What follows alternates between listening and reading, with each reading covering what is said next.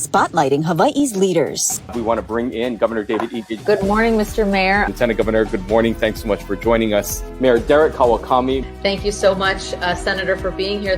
Spotlighting the issues.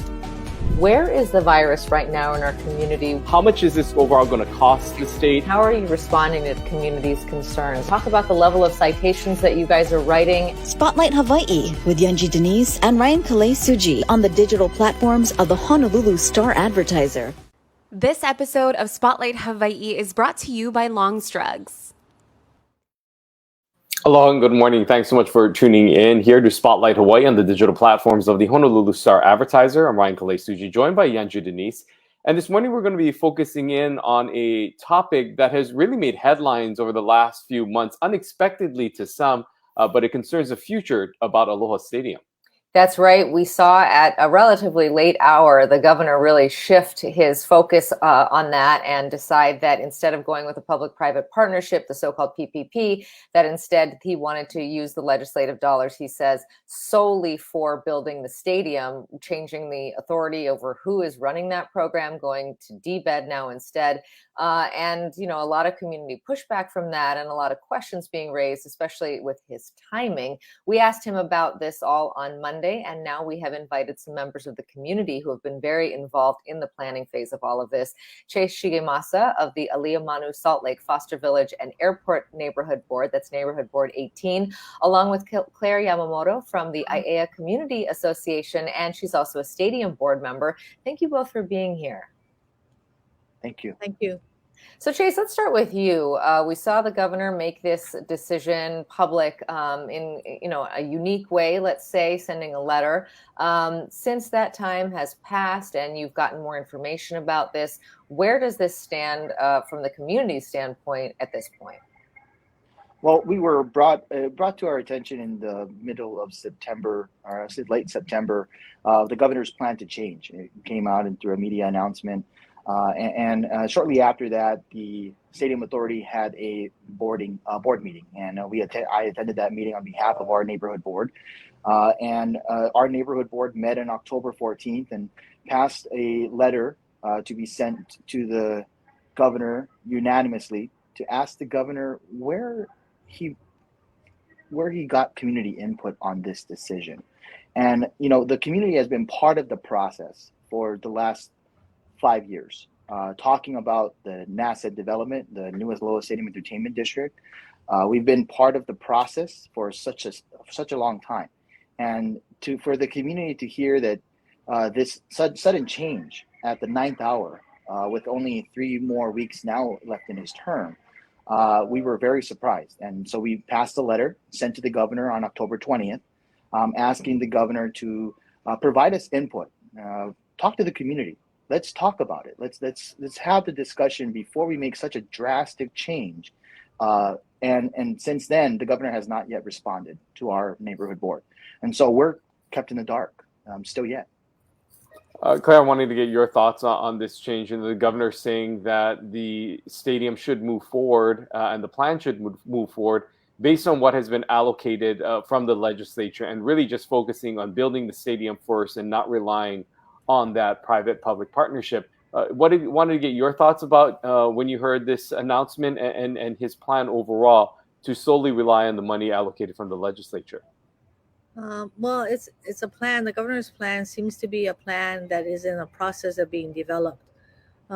Initially, when he made the announcement, he kind of punted and said, "I will reveal the plan in a couple of weeks." We had heard various scuttlebutt about maybe possibly the University of Hawaii taking it over, building it at the university. All these rumors were going around. We at the Stadium Authority were taken aback because we didn't know that this was also happening until DAG shared that email with us that the governor asked them to stop and put a hold on everything, and there was a new direction. So we were, I'm involved on 2 fronts. I'm the president of the Aiea Community Association, and we, like Chace, has been very involved in the dialogues, the workshops, the community meetings to give our feedback regarding density, transportation, noise, all of these issues that we would like to be addressed as we develop a new stadium there. And then just because of that involvement, the legislature also appointed a community person, 2 community people to be involved to be on the stadium authority. And I was one of those people that went through the process and was selected. So on the stadium authority board side, we did not have any word that this was going to happen. We were under the impression that the P3 development was going to go forward. There was much jubilation when the legislature actually appropriated the $350 million to build the stadium in Halawa, along with the P3 plan, the real estate development. So we were taken aback by that.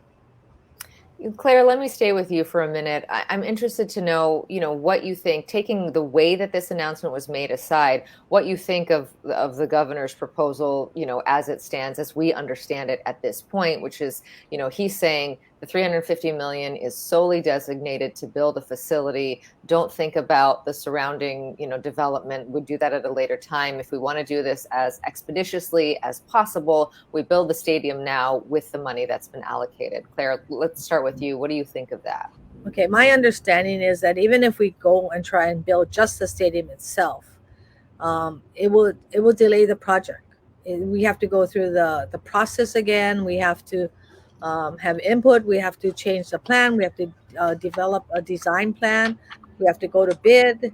All of these things that are already in place, we'll have to start again. So it would probably delay the project maybe another 18 months from when we projected to start building. So on one hand, that's one point. But more importantly, I think the state and any government entity, all of us need to be more careful about how we use our money. We have to be able to plan for the long haul. We cannot just put a Band-Aid every time we have a problem on something.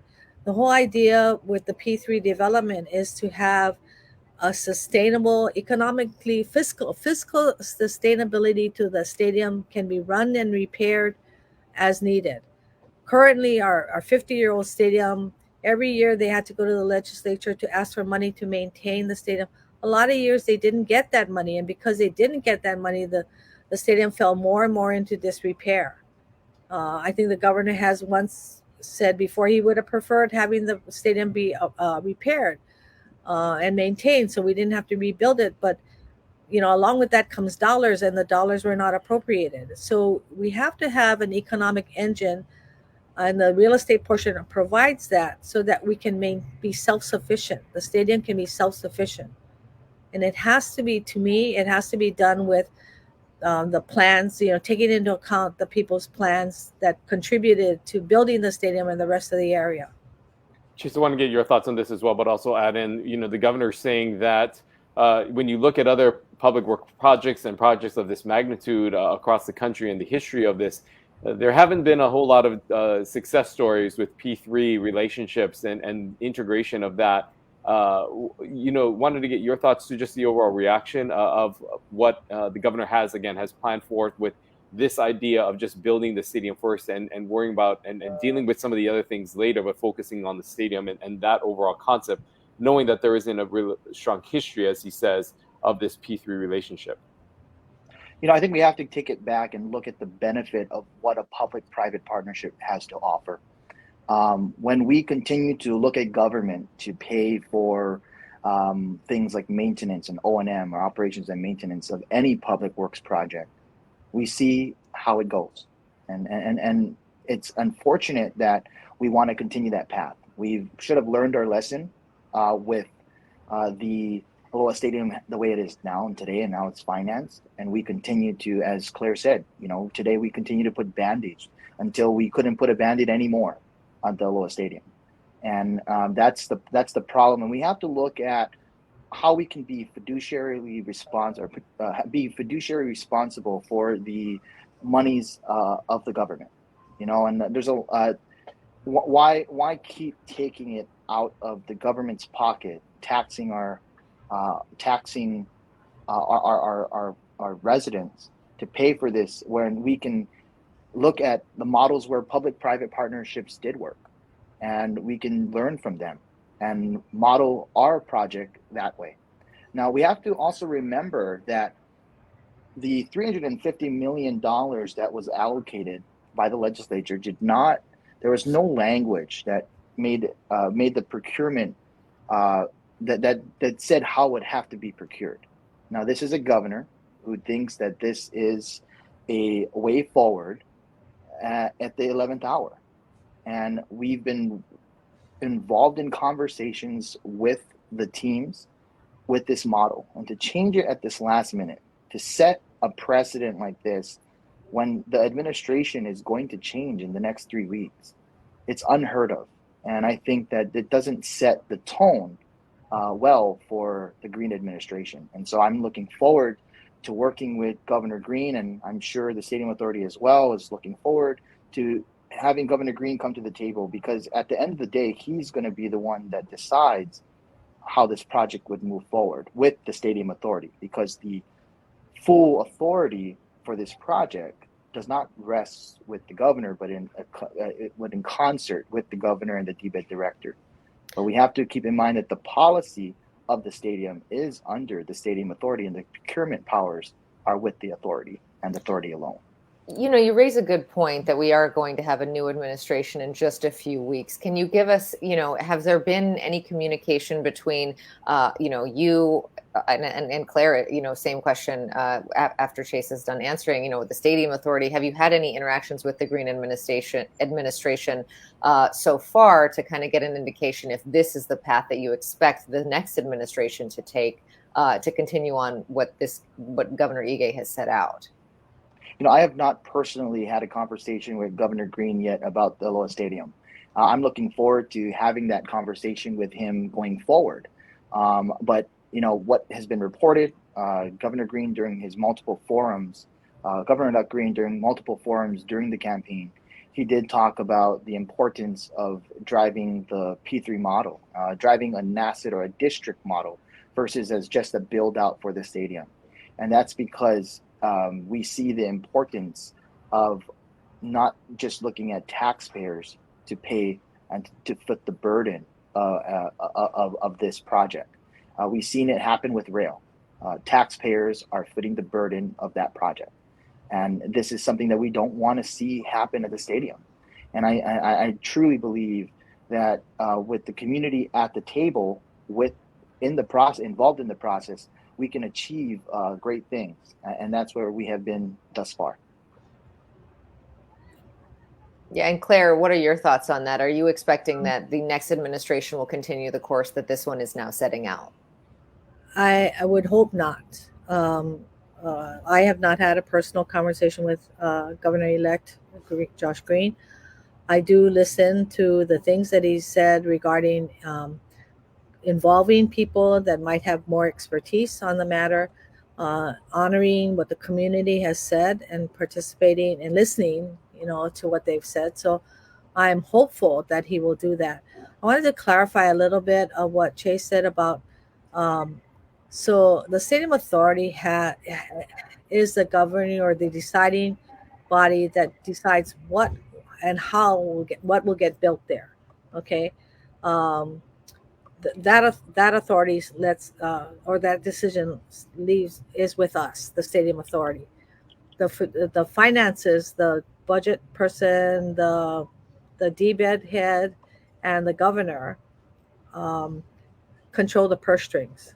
Okay, the two of us must get together for the project to move forward. Okay, one cannot happen without the other. If the Stadium Authority does not agree with not having a P3, it is my understanding that the governor cannot do it without us. So that's one thing that I think is important to clarify. I think much has been said about, maybe not as many successes about P3 developments. I don't know. It is, yes, a leap of faith, but I've got to feel that the group that is working with us, the consulting group, they've addressed some of those issues. They're looking at cutting edge types of P3 proposals. They know what has failed in the past, and it's not a blank check. We're not saying, okay, here, run with this, and there'll be no deliverables along the way. In order to get more of the money and in order to get continually funded, there will be checks and balances, and there will be things that have to be, objectives that have to be hit, milestones that have to be hit in order for them to get more money or for the project to continue. Well, let's talk a little bit more about that all-inclusive district as a whole and what that would include. There has been much discussion and debate over what that looks like. Affordable housing advocates saying that the land should be used to address the housing shortage here on the island of Oahu, and the focus should be on that. And there are others, excuse me, who talk about more commercial and retail spaces, possibly hotel ventures that might attract other candidates into this P3 partnership. Claire, I want to talk with you and start with you on this idea of what you believe would be best for that community, the integration that would be included into that arts district as we take a look at some of the renderings that have already been established here as well. Yeah, affordable housing is this catchphrase, right? That everybody, is a word that everybody during election time wanted to toss around, and it's great to have affordable housing. But I would hate to be a person that needs affordable housing and currently live in Waipahu and be told, if I want to have affordable housing, I have to move to Aloha Stadium. So affordable housing should be for the entire state. It should be everywhere. You don't need to have a dense population of affordable housing. Someone told me, if you watch the Crazy Rich Asians show at the very last scene where they had the 50-story building and the party on the top of the building, all of that was affordable housing. Do we want to have does the community want to have a big surrounding area of just nothing but dense affordable housing? I don't think so. I don't think we want to have a tourist attraction in the stadium to have view planes that look out on other buildings. I think it's ridiculous to have all of our affordable housing in one spot. I don't think it's fair to the residents who need affordable housing. And just as we used to say, we would like our kapuna to age in place. We would like people to live where they would like to live, where their family is. So that means providing affordable housing throughout the state. What was the other part you asked me? Sorry. What things I'd like to see there? We'd like to see something besides the communities. Would like to see something there that the community can interact with and use throughout the year, not when they just have, rather than an event at the stadium being necessarily a burden to the surrounding communities. What is there that the community can use ongoing throughout the year so that they can see the benefit of having a development there besides just an empty parking lot? Yeah, and Chace, same question for you. Looking at those renderings, a lot. I'm also reflecting just on the amount of money and time and work that your group and all the parties have already put into this. If they go with just simply building the stadium, what do you worry about being lost in terms of just all the costs that is, all the time and effort that's already been spent? Well, I think what's been lost, what we could lose if we change our course of action now is, like Claire mentioned earlier, we would probably have to trash the RFPs that were already that were on hold now. We'd have to begin the process possibly again, and we'd have to start over, and we'd just delay more. And Governor Green, in a recent Star-Advertiser article, it noted that Governor Green said he does not want to delay. He doesn't want to delay.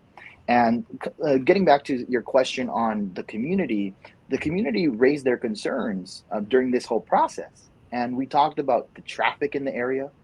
We've actually moved as a board, standing up against the amount of houses that were to be built there. The neighborhood board said, we don't want 100,000 units. We don't want 50,000 units at this site. We want a manageable. I think the community is amenable and adaptable into having affordable housing being part of the project, being part of the build out over the 20-year period, but do it in a pono way, do it in a sustainable way. And that's where we have to look at traffic integration. That was one of the main concerns that were brought up in the workshops. Like, how can we revamp or remodel the egress and degress throughout the system? Getting onto the freeway. Is there a better way that we can use the H201 and the H1 and access to our highways? And that's something that we brought up in the conversation, and the consultants took that into account, took the community's words into account in their planning, and made it part of their planning reports.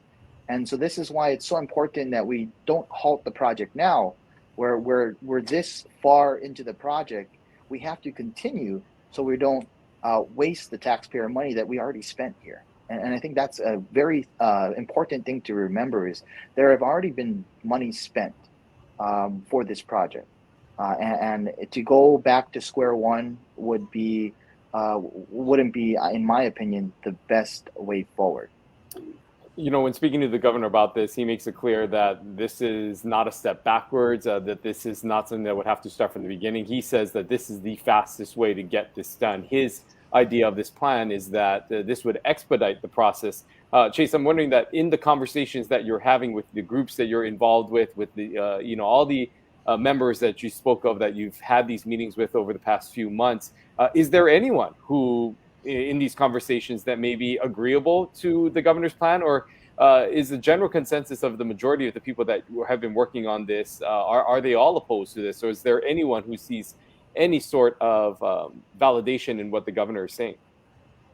I haven't seen many voices involved in agreeing or amenable or agreeable to the governor's suggestion of going with a build out and doing the stadium only. I think the main concern for the community, though, as a representative of my neighborhood board, the main concern of the community is we're this far into the project. The community has been a part of the planning of the project. Why are we kept in the dark? Where is the transparency that the governor ran on when he first ran for governor today? And we're still waiting for a response from the governor. The governor may be on your show and be noted in other media announcements or other media pieces, but he still has not responded to our community asking for us to be brought to the table, so they can hear the community's concerns. Because what we don't want to see is a project that takes a turn now and does not take the community's opinions into account. And this is something that we're going to have to live with in the community for the time being. Yeah, Claire, following up on that, what I'm hearing from Chace is really, an erosion of trust, if you will, that the public feeling, we've heard blindsided quite a bit in all of these discussions. What is your thought on the level of trust? That's something that both of you work to foster with the people that you represent in bringing their voices to the table. How do you feel that this, this sort of left turn, if you will, has impacted the public trust on this project? The stadium, the new stadium and the surrounding district has been one of the many projects that I've been involved in. When I started this, maybe 20, 30, I can't even remember how many years ago, my community involvement, we've realized that one of the main comments we would get from people was, why should we come to the table? Why should we have our voices heard? They're just going to take it all down and put it on a shelf. Our voices have never counted before. Why should we bring our voices to the table? We have worked hard in our area to have our voices heard. Then to have it cast aside at this last minute hour doesn't leave you with a good feeling that here we go, we're going down the same road again. Our voices don't count. It was for nothing. Why should we come to the table again? No one will want to do that. They learned a long time ago that you cannot just throw money at projects at people in their communities. You have to have buy-in from the community. If you don't have buy-in from the community, no one is going to be able to sustain it economically. If you don't have buy-in, the community won't take honor and respect into a project, and they won't value it. They'll graffiti it. You have to build that trust that this is something that we put together. This is ours. This is our communities. So I think those things are very important. Um, I wanted to say, when the stadium was first built 50 years ago, Aiea was a rural area. If you look at all the all head back to Honolulu. Built out area now. We need to have those other issues addressed. But more importantly, I want to take this time to just mention a little bit about there are cultural aspects that were not necessarily addressed.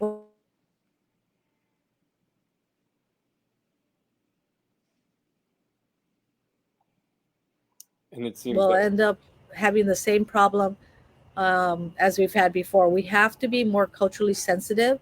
We have to look at our water resources.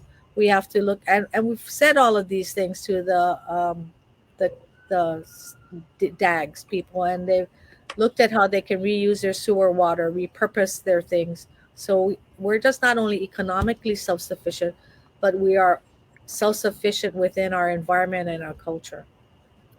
well, our time has come to an end here this morning. We thank you both for being, here to share your thoughts and your views on this project. And we are all, I'm sure, as you eagerly anticipating to see what's next in this process of this build out and what happens and where we go from here. But Chace Shigemasa and Claire Tamamoto, thank you so much for taking time this morning to join us. Aloha. You're welcome. Mahalo.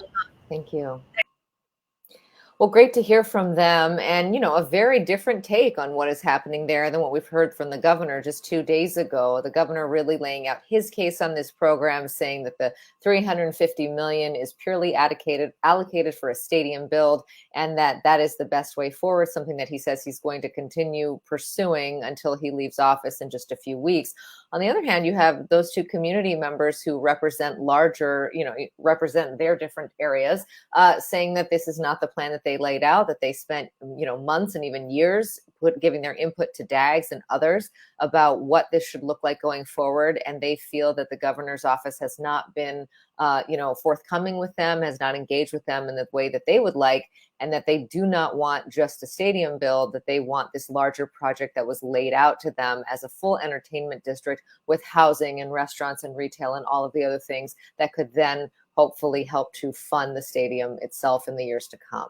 Yeah, there has no doubt been a lot of debate over what happens to this property. We've heard again from housing advocates who have said that the land should be used for affordable housing, but we've heard from them saying that they don't necessarily just want affordable housing in that area, that this needs to be a facility and something that the entire community can rally around. No doubt a stadium is something that is needed in the absence of Aloha Stadium currently. And of course, with the University of Hawaii having to take to the University of Hawaii campus to play their games, so they will definitely be a tenant involved. But there needs to be more than just a stadium and more than just affordable housing. There needs to be that mixture included in this district. And you heard from them about some of their concerns overall of just the lack of interest that they may get from the community, knowing that their concerns and the effort and the time that they've placed so far into this project may kind of just go down the drain, as they say, without getting any really feedback or plans from the governor on what his plans would be moving forward.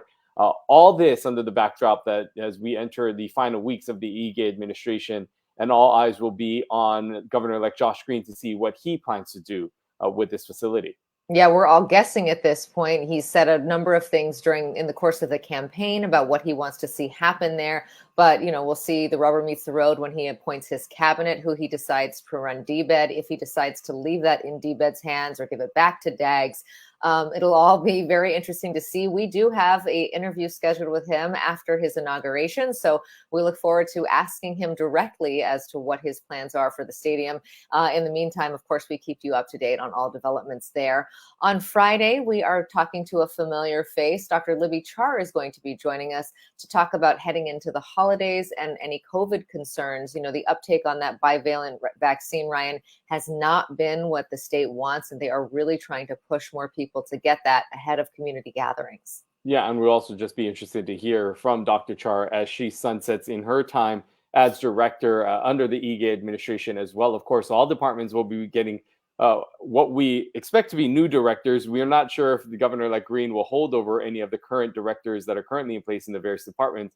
But no doubt, Dr. Josh Green will have a strong say in who he wants running his Department of Health. And if Libby Char is involved in that conversation at all, well, we'll find out from her directly on Friday. We invite you to join us in that conversation right here at 10:30 on the platforms of the Honolulu Star-Advertiser. We'll see you then. Aloha. Aloha.